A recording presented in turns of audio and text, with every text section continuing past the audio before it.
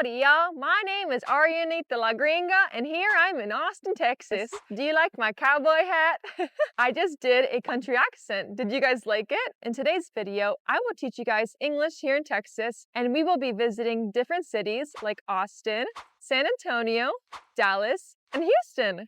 And right now, I'm in the middle of the street on Congress Avenue, and behind me is the state capitol building in Austin, Texas. Let's go check it out.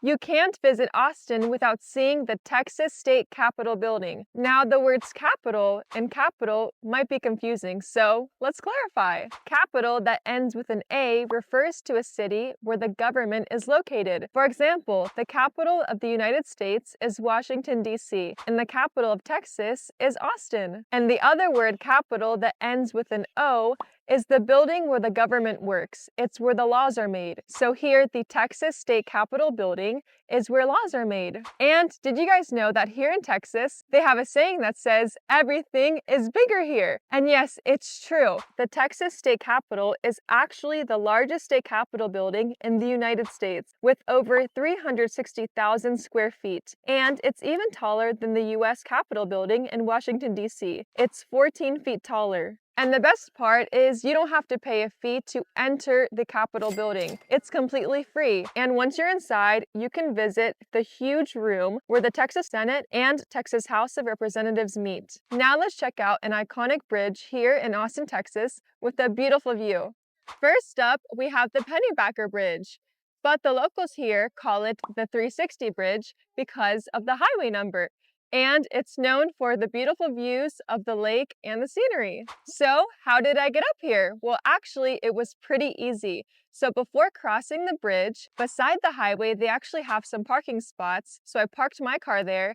And then I had to walk up a huge hill, and it took around 3 minutes, and then I finally got to the top. Let me know down below in the comments if you think the view is worth it. After coming down from the very top of the hill, there's actually a tent over there selling fruits, juices, and coconuts. And I was a little bit thirsty, so I grabbed some pineapple juice, and this is so refreshing. Now it's time to head back to downtown Austin and check out some really cool places. Now we're back in downtown Austin, and it's pretty big. Believe it or not, Austin is the same size as New York City, but its population is different. In downtown Austin, there's around 1 million people living here, but in New York, there's over 19 million people living there. Did you know that Austin is home to the largest bat colony in North America? Well, here, under the Congress Avenue Bridge, 1.5 million bats will live here during the spring and summertime, and then in the evening when the sun sets, you will see them fly away. Right now we're in winter, so we don't see any bats right now, but if you're here during the springtime or during the summer, you have to come here to check it out. Right now it's around 5 o'clock and the sun is starting to set, so it's starting to go down.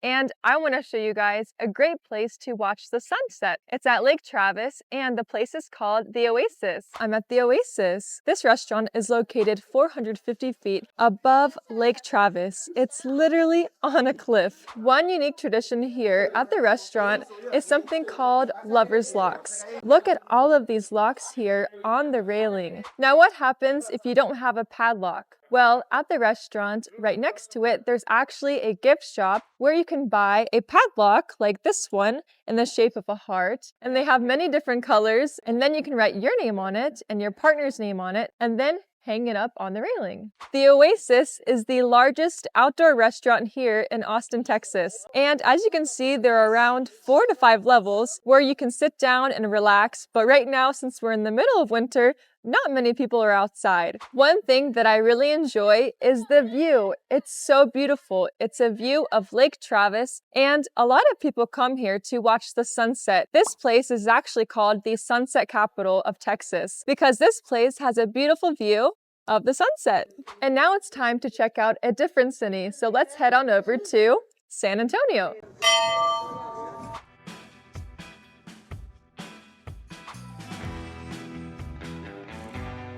One of the most popular spots here in San Antonio is the Riverwalk. As you can see, people are going along the San Antonio River On a boat. You can stroll along the river and check out some cool restaurants and cafes here. And by the way, the verb to stroll means to walk casually, walk slowly, and just enjoy the scenery. If you thought San Antonio was a small city, it's actually not. San Antonio is the second largest city in Texas and the seventh largest city in the United States. And they also have the largest Dia de los Muertos celebration, Day of the Dead celebration, outside of Mexico. What you'll quickly notice is a really strong Mexican influence here, especially in the food and the language. It's cool because even though we're in the US, you'll hear a lot of Spanish being spoken. It's a reminder that Texas used to be part of Mexico. Some ways to go around San Antonio, Texas is by walking around the city. You can drive a car, or you can go on a horse ride in a horse carriage. Hi, how much does it cost to go on a horse carriage? It's $65 for 2 people for about 25 minutes around downtown. And where will we stop? Typically come back here where we picked you up, but we'll go around the river walk. We'll go around Travis Park. We'll show you some of the iconic buildings around. Okay, thank you so much. You're welcome. Another must-see in San Antonio, Texas is the Alamo. Did you know here they had a battle? The Alamo was a battle fought between the Republic of Texas and Mexico in February of 1836 up until March of 1836. And actually, Mexico won that battle. And here you can see a couple years later in 1845 that Texas became a U.S. state. Another thing you can do here in San Antonio is go on a boat ride on the San Antonio River. It costs around $15 and you'll take a whole tour, a 35-minute tour, and the tour guide will show you different parts of the city. The day's almost over, but we're not done with this video yet. Let's head to the next city. All right, everybody, right now I'm in Houston, Texas. When you hear the word Houston, what comes to mind? Houston, we have a problem. Houston, we have a problem is a famous quote from the Apollo 13 space mission. What did you do? Nothing. I stirred the tanks. Whoa. This is Houston. Say again, please. Houston, we have a problem. Houston is also known as Space City because here they have the Houston Space Center. I can't wait to go inside, and my ticket cost me $30. Let's go! Here you can see real spacecrafts, learn about different astronauts, and also see the control center where they monitor space missions. Did you know the first word on the moon to NASA was Houston? Yes, it's the city where I'm visiting right now, Houston, Texas. Astronaut Neil Armstrong said, "Houston, Tranquility Base here." Houston, Tranquility Base here. The Eagle has landed.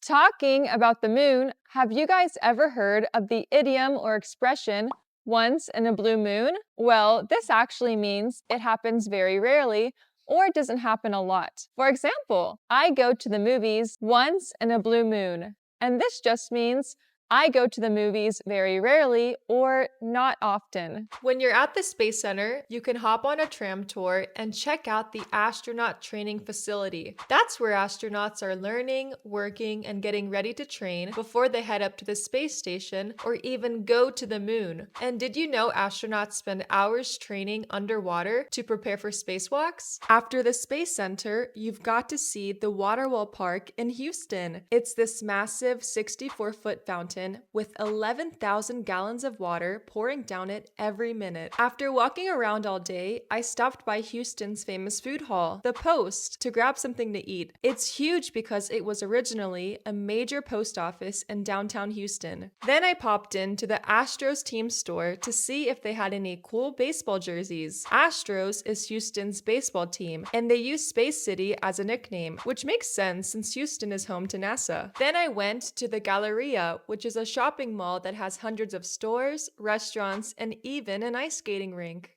After visiting the Space Center and multiple places here in Houston, Texas, now it's time to go to Dallas, the last city. So I think I might take the metro or the bus.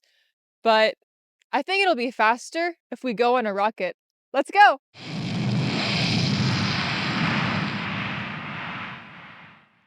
You might picture cowboys and horses since we're in Texas, but I'm actually in another city called Dallas, Texas. And here the city is beautiful. It's modern, the buildings are very tall, and the streets are pretty busy. Right now, I'm in a plaza called Pioneer Plaza, and here you see a bunch of cattle and bulls all around me. Wow, look at this humongous bull. And look, this bull has horns, he has a head, a huge body, and a long tail. This is a great spot to take pictures here in this beautiful plaza. Now let's go to another plaza to visit a memorial where a tragic event has occurred. Some famous movies were filmed in downtown Dallas, some like Prison Break and JFK.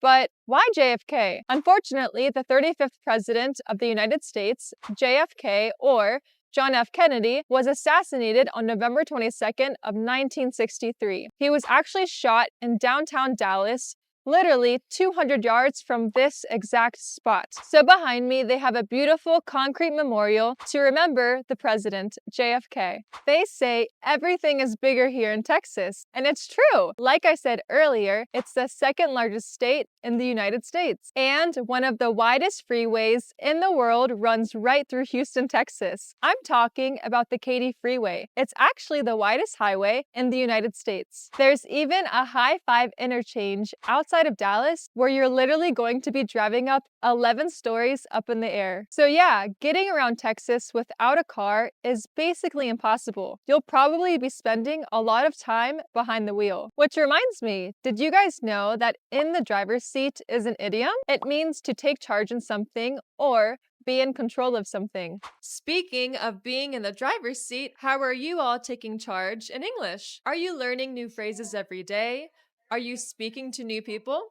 Well, if you want to take control in English, download Preply. Preply is a language learning platform with a ton of native tutors who are ready to level up your English. They have filters so you can find lessons that fit your budget and schedule, whether you'd prefer one-on-one tutoring or group classes. The tutors are super encouraging and will never judge you if you make mistakes. So, if you're ready to improve your English, go ahead and use my code Ariannita50 for a 50% discount on your first trial. Thanks to Preply for sponsoring this part of the video. Now let's get back on the road. Before driving to the next city, I've been driving a lot. I visited 3 cities and I need to get some gas. So I'm going to stop at a gas station, but not an ordinary gas station. I'm going to go to the most iconic gas station here in Texas. Buc-ee's is a super popular gas station and convenience store in Texas. You'll never struggle to find a pump because they usually have 80 to 100 gas pumps at each location, making it quick and easy to get gas. Texas has one of the cheapest gas prices in the United States. I'm paying $2.57 per gallon, but in Cincinnati, I'd probably pay up to $4 per gallon. By the way, if you guys haven't checked out my video about gas station vocabulary, go ahead and check it out. The nice thing about coming here to Buc-ee's is that meanwhile you're pumping gas, you can go inside the huge store. Buc-ee's is famous for being huge. It's way bigger than your average gas station convenience store. Plus, they sell amazing Southern-style food like pulled pork, brisket sandwiches, beef jerky, and especially their fudge. And they even have their own mascot, Buc-ee the Beaver. This is a great place to stop, especially if you want to pump your gas. Now, let's hit the road.